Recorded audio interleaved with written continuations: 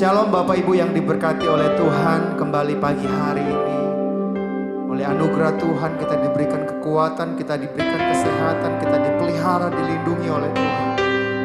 Kita akan siapkan hati kita untuk menyembah Tuhan, menyembah Dia Allah yang ajaib, Raja di atas segala raja. Siapkan hati, bawa keluargamu untuk masuk dalam hadirat Tuhan. Kami mengucap syukur Tuhan buat pagi hari yang indah ini. Perkenanan-Mu ada atas hidup kami. Kau beri kami kekuatan, kesehatan Tuhan. Kami mau menyembah Engkau, kami mau memuji Engkau, Tuhan di atas segala Tuhan, Raja di atas segala Raja, yang memelihara setiap kehidupan kami. Terima kasih Tuhan, kami menyembah Engkau, Yesus, Yesus Tuhan. Ini hati kami, ini hidup kami Tuhan. Kami mau beri yang terbaik untuk Engkau, kami mau beri yang terbaik untuk Engkau Yesus.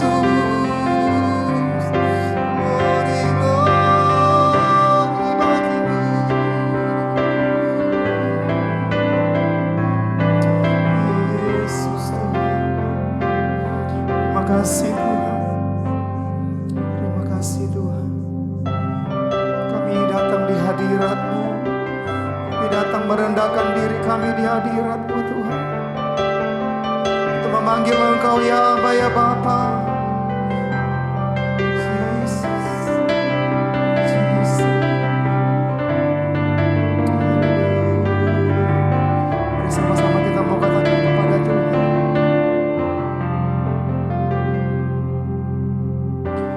Bapakku datang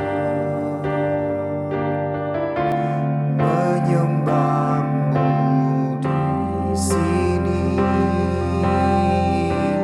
Ku percayakan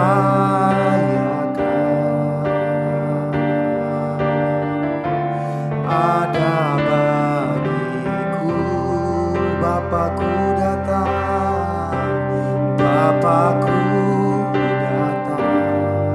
Kami menyembah Engkau, menyembah-Mu di sini. Ku percayakan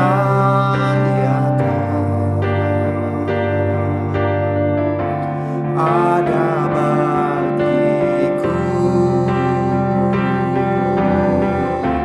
Tak usah ku takut, sebab Kau sertaku.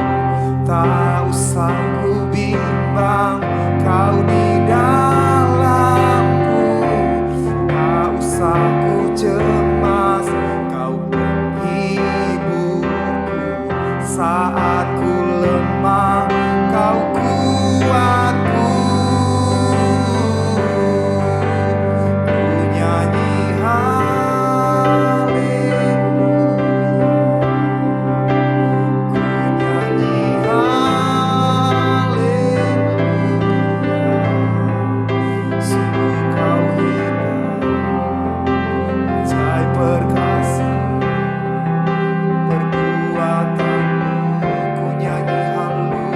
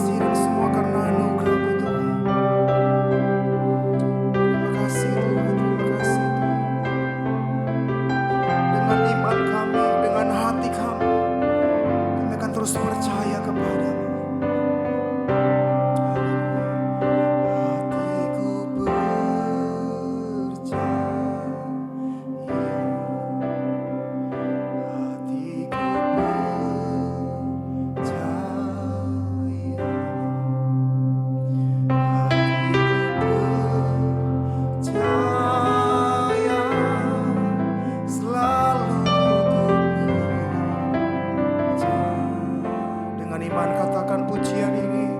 Hatiku percaya, amin Yesus. Hatiku percaya, kami percaya. Hatiku percaya, selalu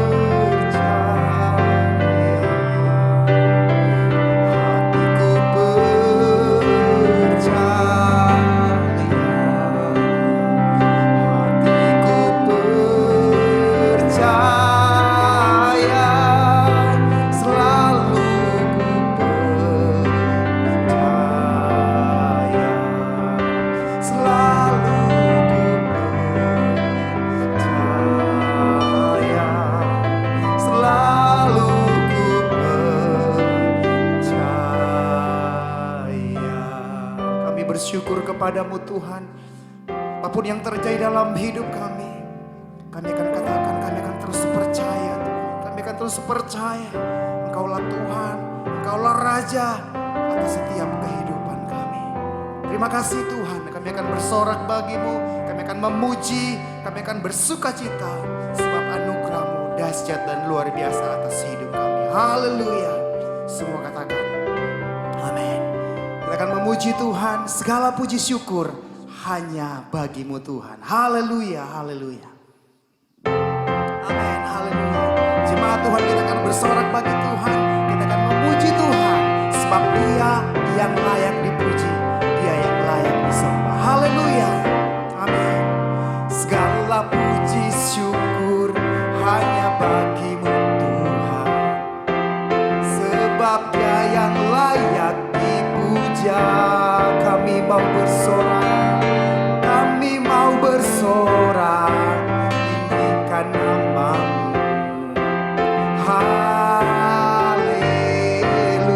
Segala puji syukur hanya bagimu Tuhan, sebab Kau yang layak dipuja. Kami mau bersorak, tinggikan nama-Mu. Haleluya. Angkat tanganmu bagi Tuhan, katakan soraklah haleluya. Oh soraklah haleluya. Haleluya. Soraklah haleluya. Oh soraklah haleluya. Haleluya. Sorak haleluya. Soraklah haleluya.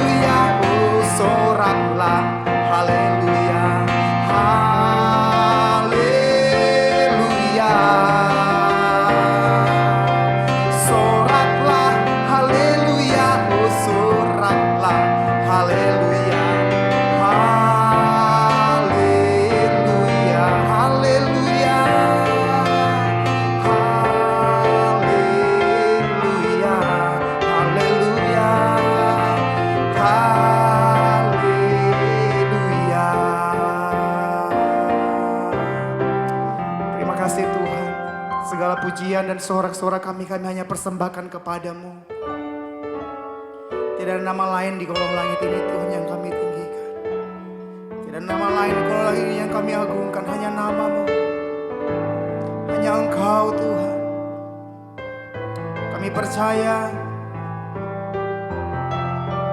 di saat masalah datang dalam hidup kami, ada satu kekuatan yang tidak terbatas yang bersama-sama dengan kami, yang tidak pernah meninggalkan kami.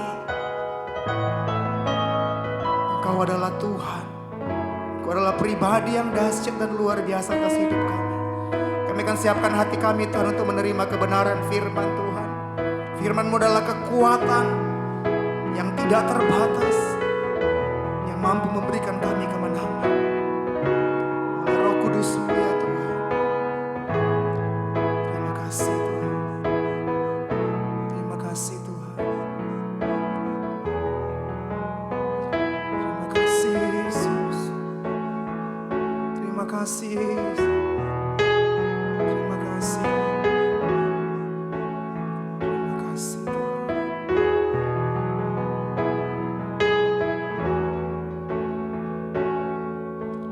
Roh-Mu yang hidup penuhiku, mengalir dalamku.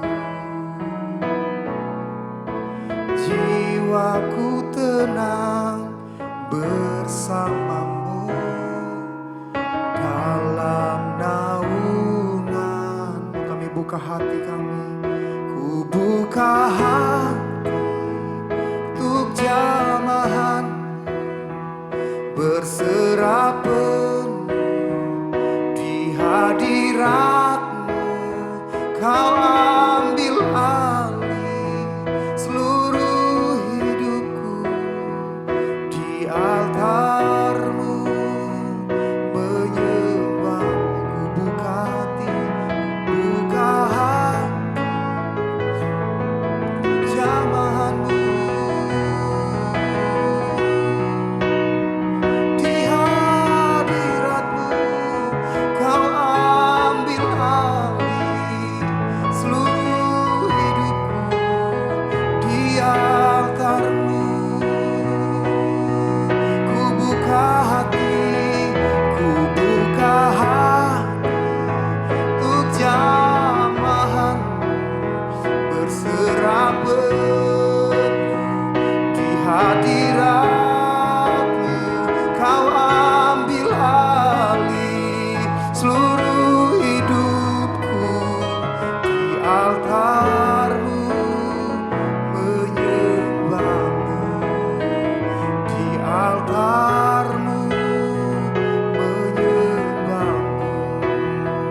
Di altar-Mu, menyembah-Mu.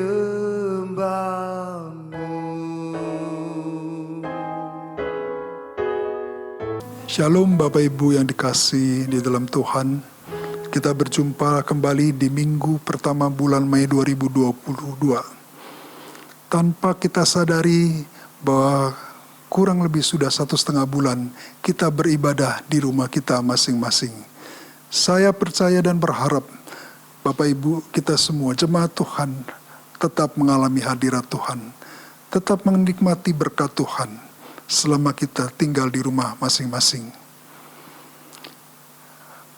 Pemerintah pertama kali mengumumkan lewat Presiden bahwa virus COVID masuk Indonesia pada tanggal 2 Maret 2020.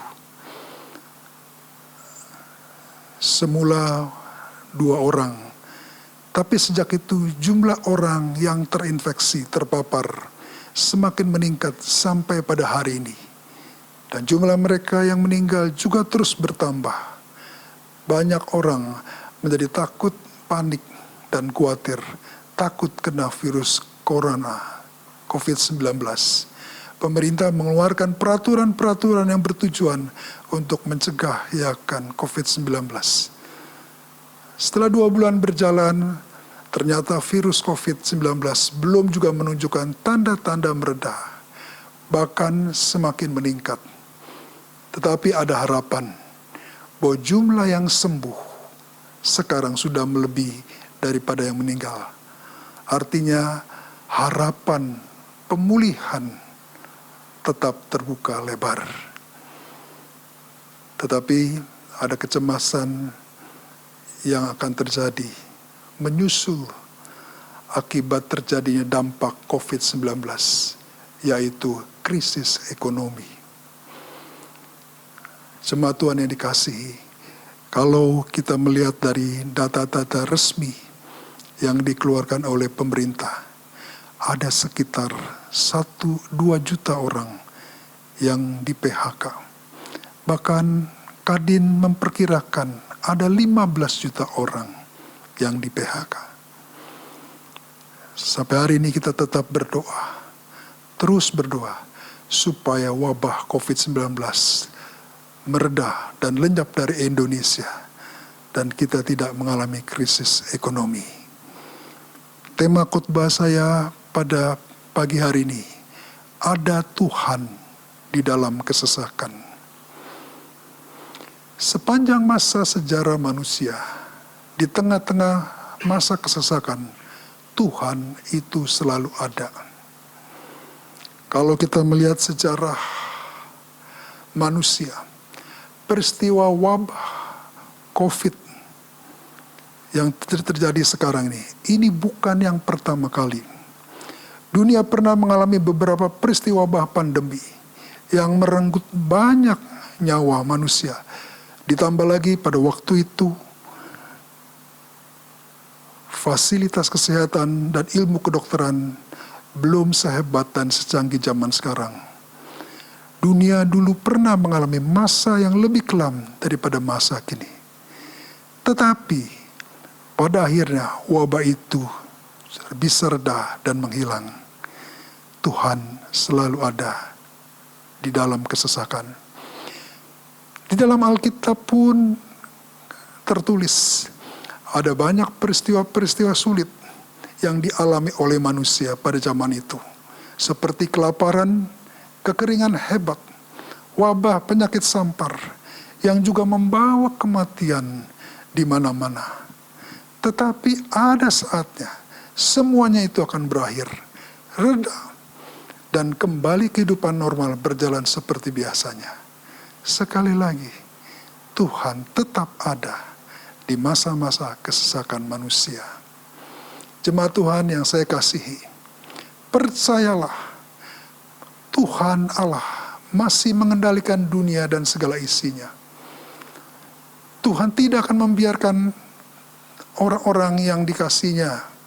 Tuhan tidak akan meninggalkan orang-orang yang dikasihinya.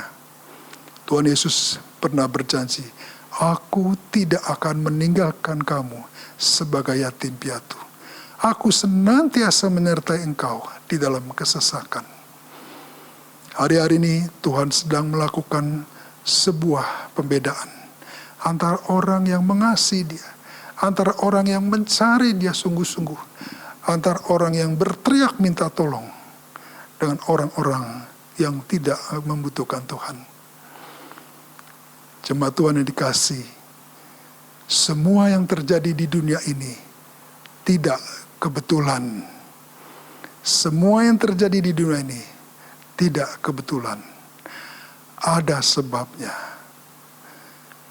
Pasti ada maksud Tuhan, sekalipun kelihatannya itu kurang baik atau tidak enak. Seperti tadi saya katakan, semua yang terjadi di dunia ini tidak kebetulan. Ada sebabnya. Mari kita buka Kejadian 3 ayat yang ke-16. Firman-Nya kepada perempuan itu, susah payah waktu mengandung akan kubuat sangat banyak. Dengan kesakitan engkau akan melahirkan anakmu. Jemaat Tuhan, perhatikan baik-baik. Firman ini datang setelah manusia jatuh ke dalam dosa. Coba kita baca Kejadian 1, Kejadian pasal 1 dan pasal 2. Di situ dilukiskan keadaan manusia sebelum jatuh dalam dosa. Tidak ada kata-kata sakit, susah payah, menderita, semak duri, rumput duri, tidak ada. Alkitab mengatakan, setelah Tuhan selesai menciptakan langit dan bumi, dan beserta seluruh isinya, maka Allah melihat segala yang dijadikannya sungguh amat baik. Firman itu sangat jelas mengatakan Allah menjadikan segala ciptaannya sungguh sangat baik. Kenapa Dia menciptakan manusia di hari terakhir? Allah menciptakan manusia di saat terakhir hari penciptanya, setelah semuanya telah ada, telah Tuhan sediakan untuk manusia. Semuanya sungguh amat baik. Jemaat Tuhan yang saya kasihi, Kejadian pasal 1 dan 2, Kejadian pasal 3, ada sebuah perbedaan yang sangat kontras. Jadi, dosalah yang menyebabkan kesakitan, penderitaan, kesusahan, kesengsaraan. Dosa membuat manusia menjadi iri hati, mementingkan diri sendiri. Dosa membuat manusia cintakan uang, harta, bahkan kekuasaan. Dosa yang melahirkan hawa nafsu. Dosa yang menyebabkan penyembahan berhala dan sihir. Bukan Tuhan yang mendatangkan hukuman kepada manusia. Bukan Tuhan yang mendatangkan sakit, penderitaan dan kesusahan. Tetapi dosalah yang menyebabkan itu semua. Jemaat Tuhan yang dikasihi, mari kita buka di dalam 2 Tawarik 7 ayat 13 sampai 14. Ayat ini terkenal. Ayat ini juga merupakan janji Tuhan yang diberikan kepada Salomo. Ayat ini sering kali muncul pada saat dia akan tertekan, pada saat berbeban berat, juga termasuk pada saat negara kita mengalami wabah virus COVID-19. Apa semuanya yang terjadi secara kebetulan atau ada sebabnya?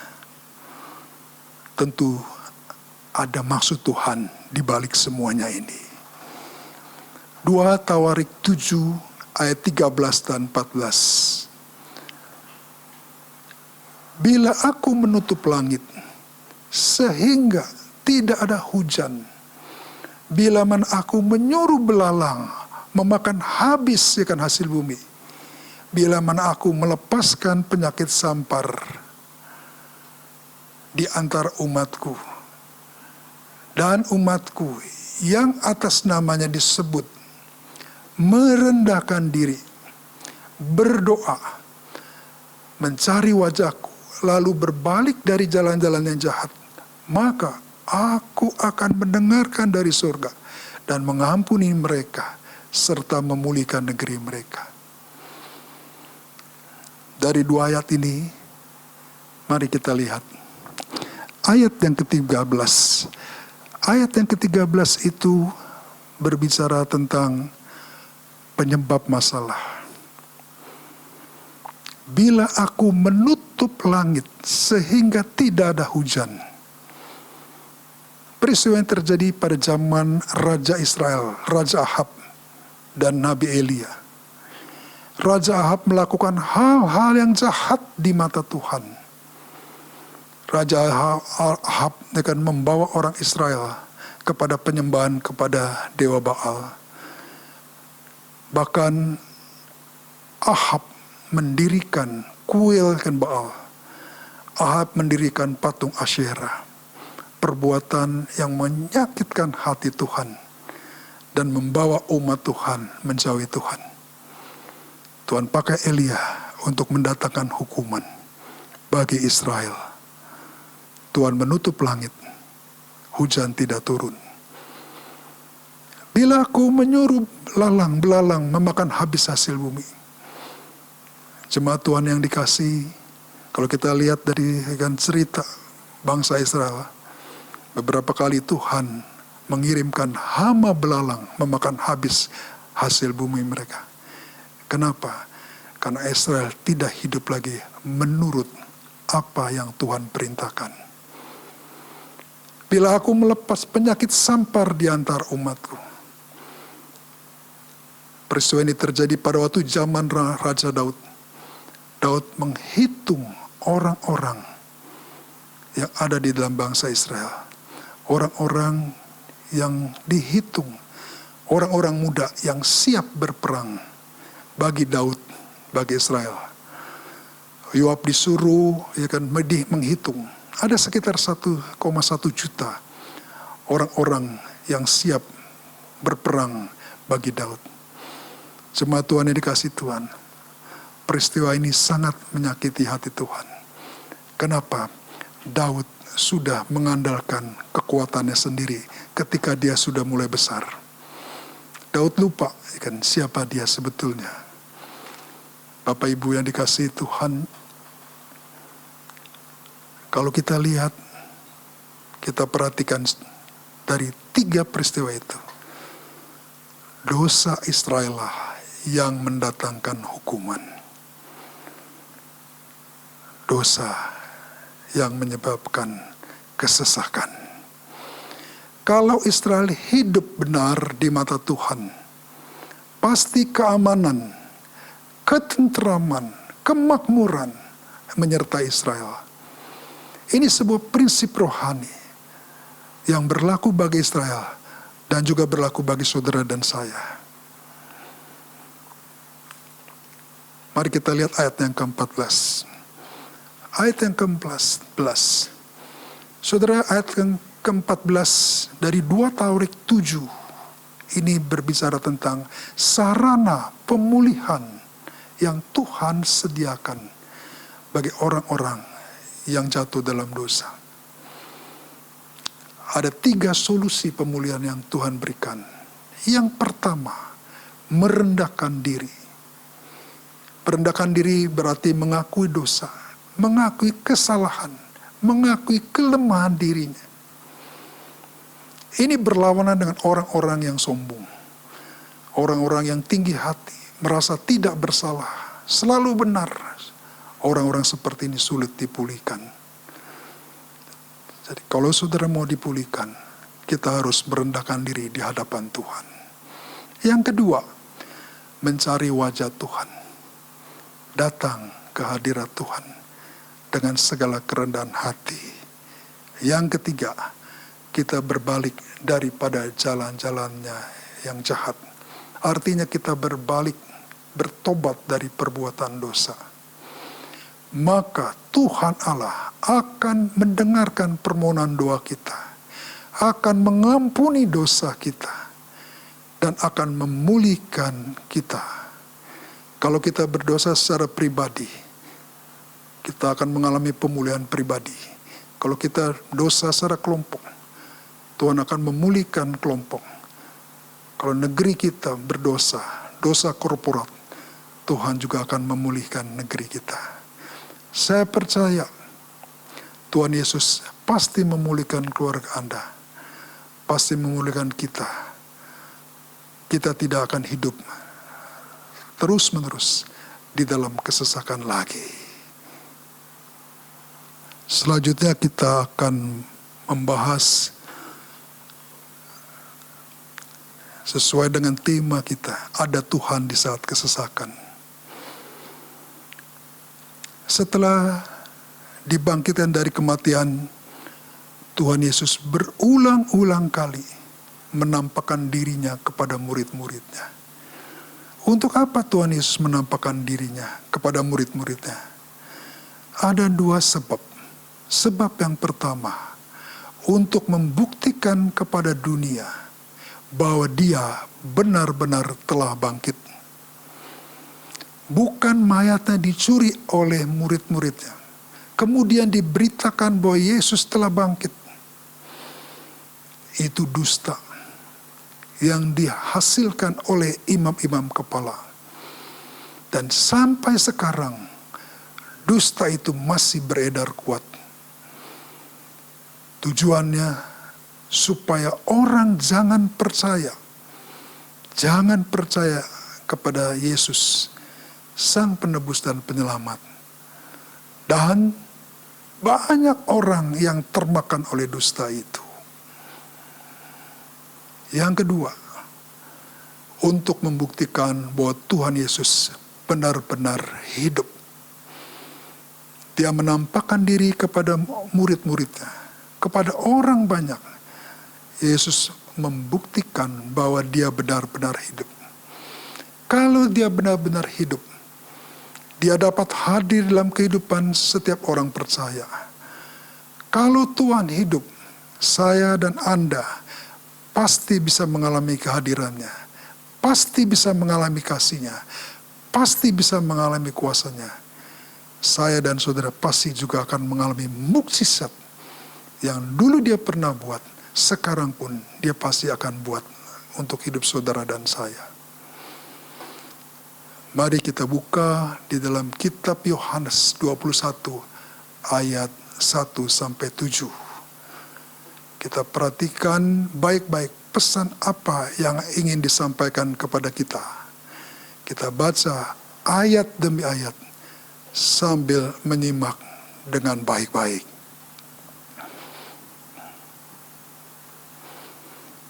Judulnya Yesus menampakkan diri kepada murid-muridnya di Danau Tiberias. Ayat 1. Kemudian Yesus menampakkan dirinya lagi kepada murid-muridnya di pantai Tiberias. Dan ia menampakkan diri sebagai berikut. Yesus menampakkan diri kepada murid-muridnya. Ini kali yang ketiga. Kali yang pertama dan yang kedua, Yesus menampakkan kepada murid-muridnya, 11 murid-muridnya, di dalam ruangan tertutup. Tapi kali ini, di alam terbuka, di tepi danau ikan Galilea, di tengah-tengah kehidupan sehari-hari. Pesan firman yang ingin dibagikan lewat ayat pertama. Yesus hidup. Yesus bisa hadir di mana-mana di dalam kehidupan saudara dan saya. Yesus hidup di mana saja, kapan saja dia bisa hadir dalam kehidupan saudara. Di tempat pekerjaan saudara, di rumah saudara, di tempat kuliah saudara, di gereja, pada waktu saudara berdoa, pada waktu saudara berjalan, dia hadir sebab dia hidup. Amin. Selanjutnya, ayat yang kedua. Di pantai itu berkumpul Simon Petrus, Thomas yang disebut Didimus, Nathanael dari Kanaan yang di Galilea, anak-anak Zebedeus, dan 2 orang murid yang lain. Ada 7 orang murid-muridnya di danau tersebut. 7 dari 11. Mereka selama 3 tahun hidup bersama-sama dengan Tuhan Yesus. Tatkala Yesus ditangkap, disalib dan mati, mereka merasa kehilangan. Kehilangan orang yang dekat. Kehilangan orang yang dikasih. Guru yang dikasihnya. Tempat mereka bergantung. Kehilangan membawa kesedihan yang dalam, rasa putus asa. Mereka telah meninggalkan semua pekerjaannya. Dan sekarang Yesus telah hilang. Yesus telah pergi. Mereka kehilangan segala-galanya. Pada saat itu mereka berpikir, mereka sempat kembali ke Galilea, tempat asal mereka, dan kembali kepada profesi mereka sebagai nelayan. Pesan firman lewat ayat kedua. Kadang-kadang kita juga mengalami hal yang sama. Kita mengalami kehilangan orang yang dekat, kehilangan sesuatu yang berharga dalam hidup kita, kehilangan orang-orang yang kita kasihi. Kehilangan itu membawa kesedihan yang mendalam, rasa putus asa, hilang harapan masa depan. Jemaat Tuhan yang dikasihi Tuhan, mari kita lanjutkan. Ayat yang ketiga, kata Simon Petrus kepada mereka, "Aku pergi menangkap ikan." Kata mereka kepadanya, "Kami pergi juga, ya kan, bersama-sama dengan kau." Mereka berangkat lalu naik ke perahu, tetapi malam itu mereka tidak menangkap apa-apa.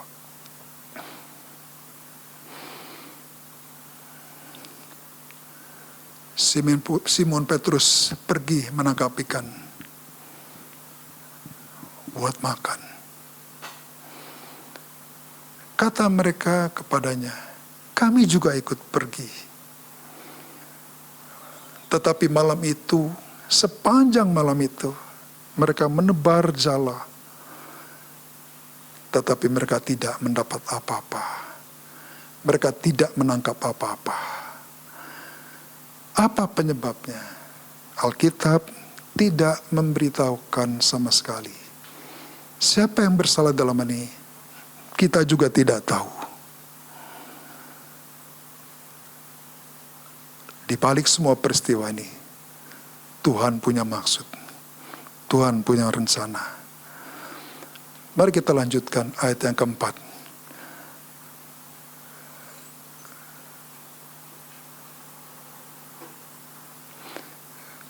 Ketika sudah mulai siang, Yesus berdiri di pantai. Akan tetapi murid-muridnya tidak tahu bahwa itu Yesus. Ketika hari mulai siang, ketika Yesus berdiri di pantai, mereka tidak mengenal. Bisa dibayangkan, mereka 3 tahun hidup bersama-sama dengan Tuhan. Berjalan bersama-sama Tuhan. Melayani bersama-sama Tuhan. Makan bersama-sama dengan Tuhan. Tapi siang itu, mereka tidak bisa mengenali Tuhan Yesus. Bapak Ibu yang dikasihi, bukankah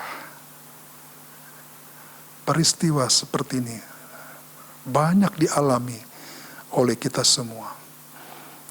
Di saat kita putus asa, di saat hati kita galau, di saat kita kecewa, di saat kita hidup dalam tekanan, di saat kita hidup dalam ketakutan, kita tidak menyadari bahwa Tuhan hadir di dalam hidup kita. Kita teruskan ayat yang kelima. Kata Yesus kepada mereka, "Hai anak-anak, adakah kamu mempunyai lauk pauk?" Jawab mereka, "Tidak ada."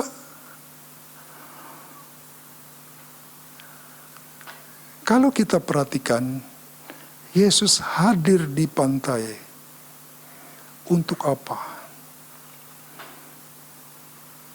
Apakah kebetulan dia hadir di pantai? Saya percaya bukan kebetulan.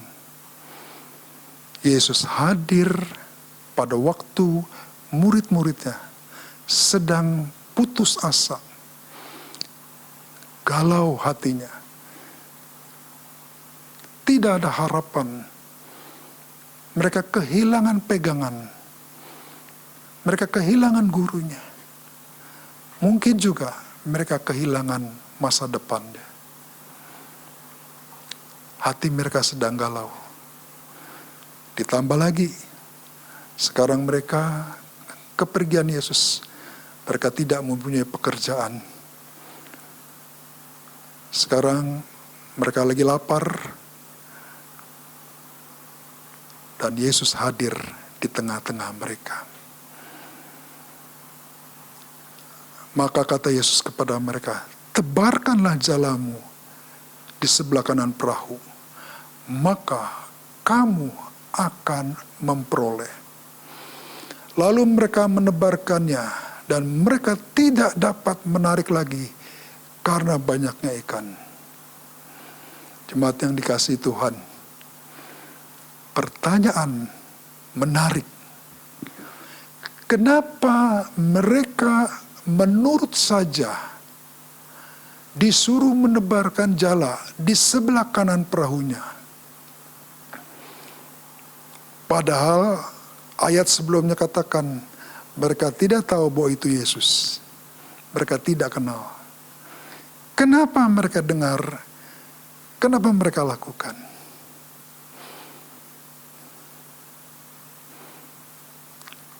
Bukankah orang yang dalam keadaan frustasi, orang yang sedang galau hatinya, orang yang hilang harapan masa depannya, tidak punya apa-apa, apalagi ditambah perut sedang lapar, apa saja yang masuk biasanya mudah diterima. Tetapi bersyukur, suara itu adalah suara Tuhan yang masih bisa terdengar oleh mereka. Suara Tuhan Yesus yang mereka dengar. Suara itulah yang mendatangkan mukjizat. Suara Tuhan Yesus dari tepi pantai yang menuntun mereka untuk melakukan tindakan yang benar. Setelah mereka melakukan apa yang mereka dengar dari Tuhan Yesus, mukjizat terjadi.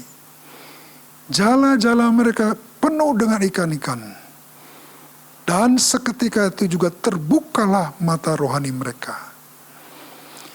Ayat yang ke-7 berkata, lalu kata murid itu, Yohanes, itu Tuhan, itu Yesus, itu Guru. Ketika Petrus mendengar bahwa itu Tuhan, itu Guru, maka ia mengenakan pakaian lalu terjun ke dalam danau untuk berjumpa dengan Sang Guru, berjumpa dengan Tuhan Yesus. Jemaat Tuhan yang saya kasihi, seringkali masalah penderitaan yang berlarut-larut, tekanan hidup yang hebat, ketakutan karena virus COVID-19, ketakutan akan krisis ekonomi, di PHK, macam-macam, menutup mata rohani. Kita tidak bisa melihat lagi kehadiran Tuhan dalam hidup kita. Tetapi begitu kita melihat mukjizat, barulah mata kita, mata rohani kita terbuka. Barulah kita percaya kepada Tuhan. Jemaat yang dikasihi Tuhan, ada saluran yang Tuhan sediakan ketika mata rohani kita tidak bisa atau belum bisa melihat Tuhan, yaitu telinga rohani kita. Telinga roh itu penting untuk mendengar suara Tuhan melalui batin kita. Pesan Tuhan lewat gembala pembina kita minggu lalu, di saat-saat seperti ini, wabah COVID-19 yang sedang merajalela, bayangan krisis ekonomi yang akan terjadi jika COVID-19 terus-menerus berlarut-larut, kita perlu memiliki kepekaan untuk mendengar suara Tuhan. Peka mendengar suara Tuhan. Sebab suara Tuhan akan menuntun kita di saat-saat yang sulit. Suara Tuhan yang memberikan jawaban, solusi kepada kita di masa sulit. Suara Tuhan itu yang menenangkan hati kita dari ketakutan, kekhawatiran, dan kepanikan.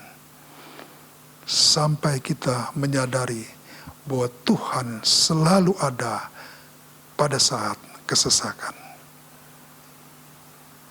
Jemaat Tuhan yang saya kasihi, kalau kita mendengar dari kabar media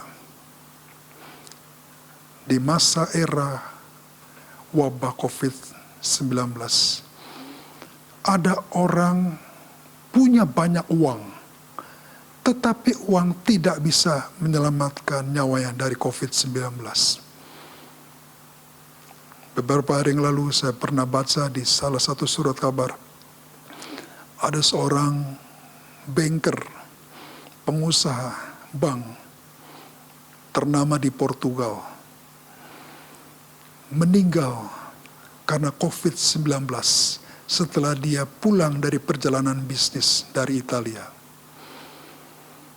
Putrinya berkata, "Kami keluarga kaya raya, tetapi ayahku meninggal seorang diri, sulit bernafas, seperti tercekik, karena mencari sesuatu yang gratis tanpa biaya, yaitu udara segar.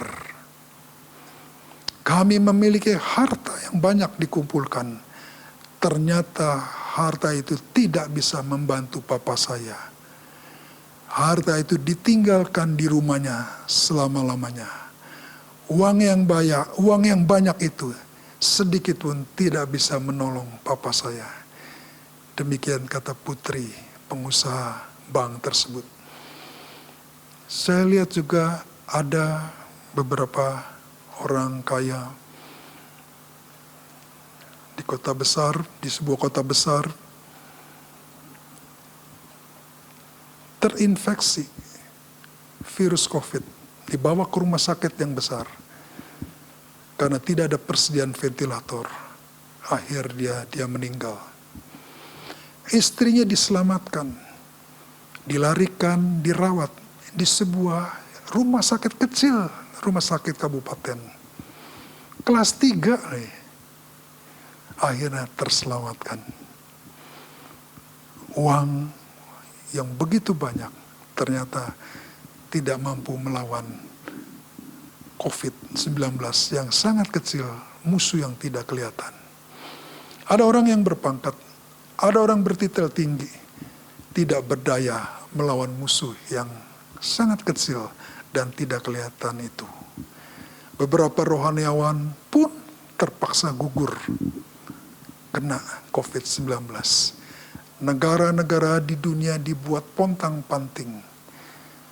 Dana yang begitu besar dikeluarkan, dikucurkan untuk melawan musuh yang tidak kelihatan ini. Pertanyaannya, kapan berakhir? Kapan semuanya itu akan selesai?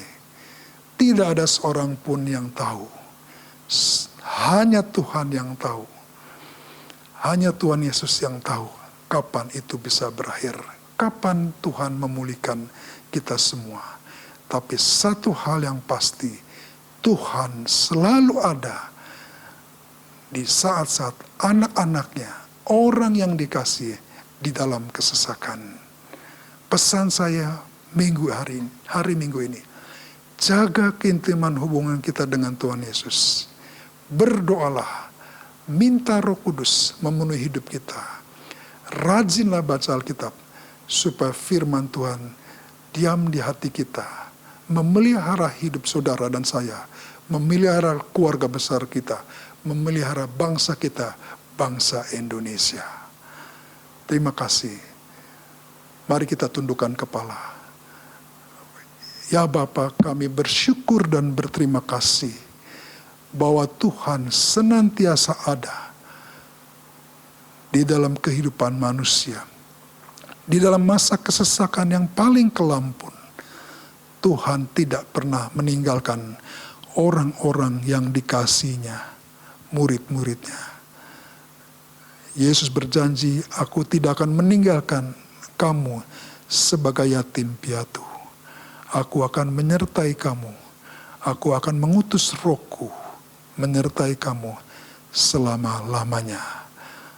Hamba-Mu berdoa, berkati seluruh jemaat-Mu. Berkati hidup mereka. Peliharalah mereka. Jagailah mereka. Keluarga besar mereka. Jauhkan daripada segala yang jahat. Jauhkan dari segala kematian yang disebabkan oleh serangan virus COVID-19. Di dalam nama Yesus kami sudah berdoa. Yang percaya kita sama-sama katakan amin. Terima kasih Tuhan buat firman-Mu yang sudah memberkati kami pagi hari ini. Terima kasih Tuhan, terima kasih Tuhan.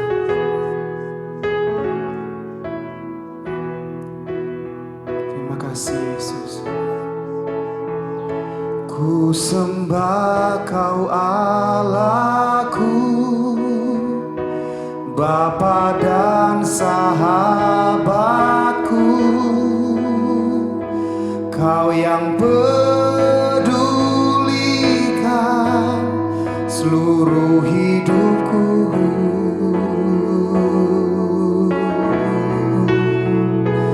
Walau lewati lembah, aku tak ditinggalkan. Yesus kekuatan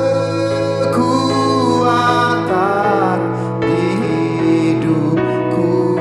Kami sembah Kau Yesus. Ku sembah Kau Allahku, Bapa dan sahabatku, Kau yang pedulikan seluruh hidupku.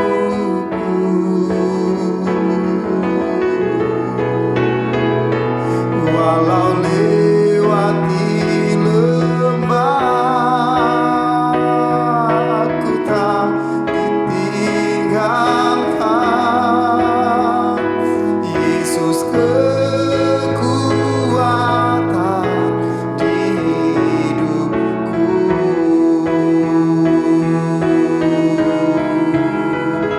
Yesus kekuatan.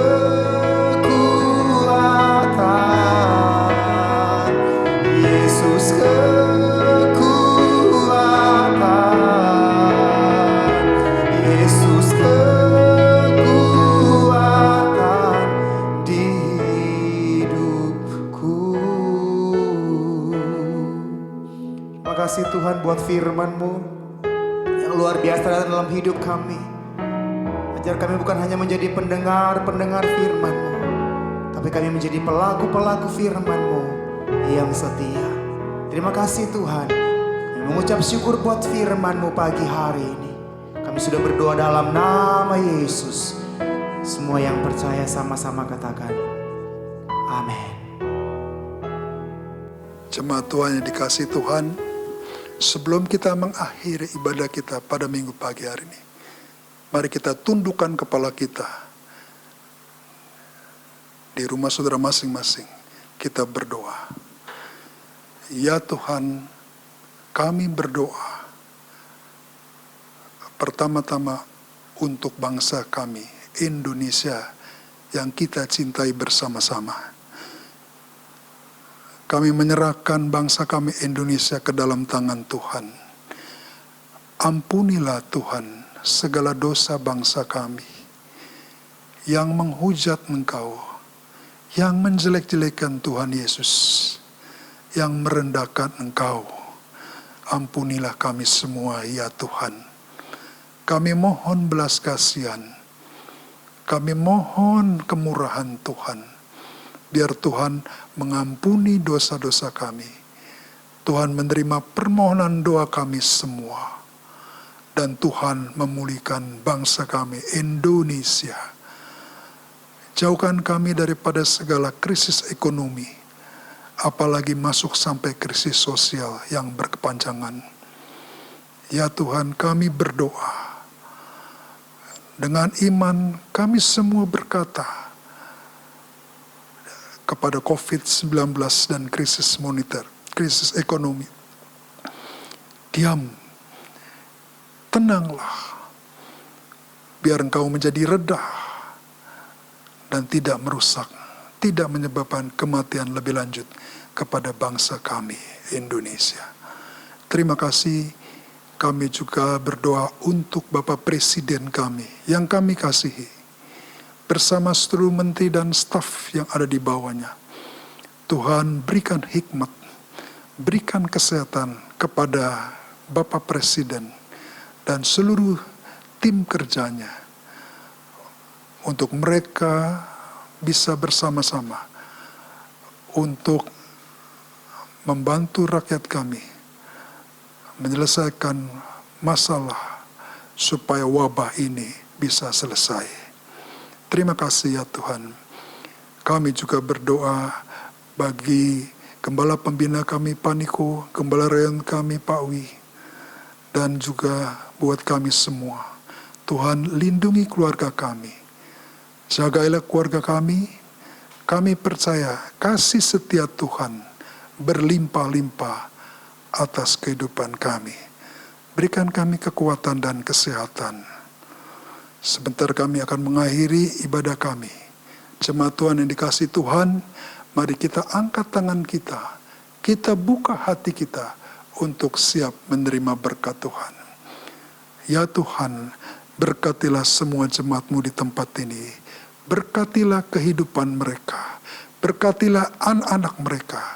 Berkatilah usaha pekerjaan yang mereka sedang kerjakan.